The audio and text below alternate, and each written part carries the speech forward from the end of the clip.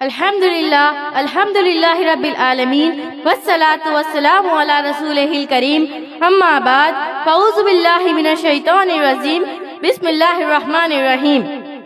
محترم حضرات، میرے ساتھ مل کر پڑھے الصلاۃ والسلام علیکہ یا رسول اللہ، الصلاۃ والسلام علیکہ یا حبیب اللہ، الصلاۃ والسلام علیکہ یا نور اللہ، الصلاۃ والسلام علیکہ یا محمد صلی اللہ علیہ وسلم۔ حضرات، آج میری تقریر کا عنوان حسن مصطفیٰ ہے۔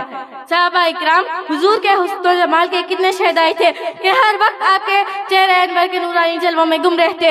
حضور کا حسن و جمال ایسا بھی مثال تھا کہ جو دیکھتا ہی رہ جاتا۔ چہرے مصطفیٰ کو دیکھ کر صحابہ اکرام اس کے رسول میں ایسے خود رفتہ ہوتے کہ کوئی چاند سے تسبیح دیتا تو کوئی سورج سے تسبیح دیتا۔ چاند سے تسبیح دینا یہ بھی کیا انصاف ہے، چاند سے تسبیح دینا یہ بھی کیا انصاف ہے، چاند میں تو داغ ہے ان کا چہرہ صاف ہے۔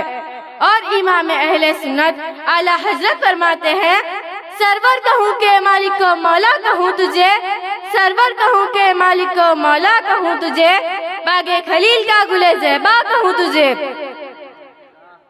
حضرت ابو ہریرہ فرماتی ہیں، میں نے حضور سے زیادہ حسین کسی کو نہیں دیکھا گویا، ایسا معلوم ہوتا ہے کہ سورج آپ کے چہرے کا طواف کر رہا ہے۔ حضرت جابر ابن شمورہ فرماتے ہیں، ایک مرتبہ میں نے حضور کو چاندنی رات میں ایک سرخ دھاری دار چادر پہنے دیکھا۔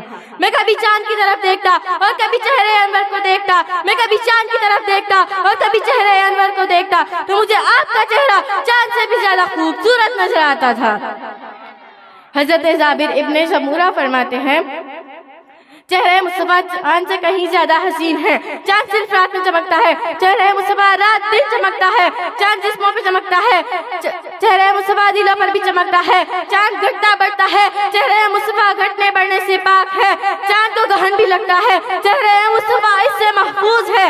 چاند دیکھ کر کسی نے ہاتھ نہیں کاٹے اور حسن یوسف دیکھ کر مصر کی عورتوں نے اپنے ہاتھ کاٹ لیے۔ اور حسن یوسف سے حسن مصطفیٰ کہیں افضل ہے۔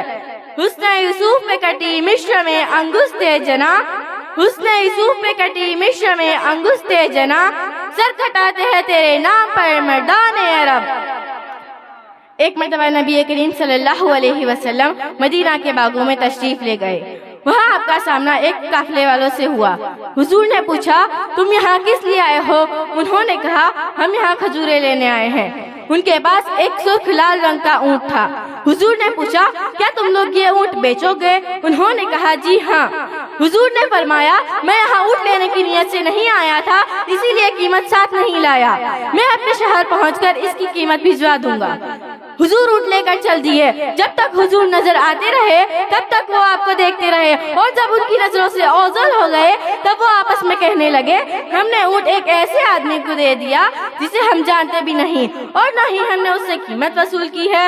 اتنے میں جو عورت ان کے ساتھ تھی وہ کہتی ہے، اللہ کی قسم میں نے ان کا چہرہ دیکھا تھا، ان کا چہرہ 14 قیراط کے چاند کا ٹکڑا تھا، میں تمہارے اونٹ کی ضامین ہوں، اگر وہ واپس نہ آئے تو قیمت مجھ سے لے لینا۔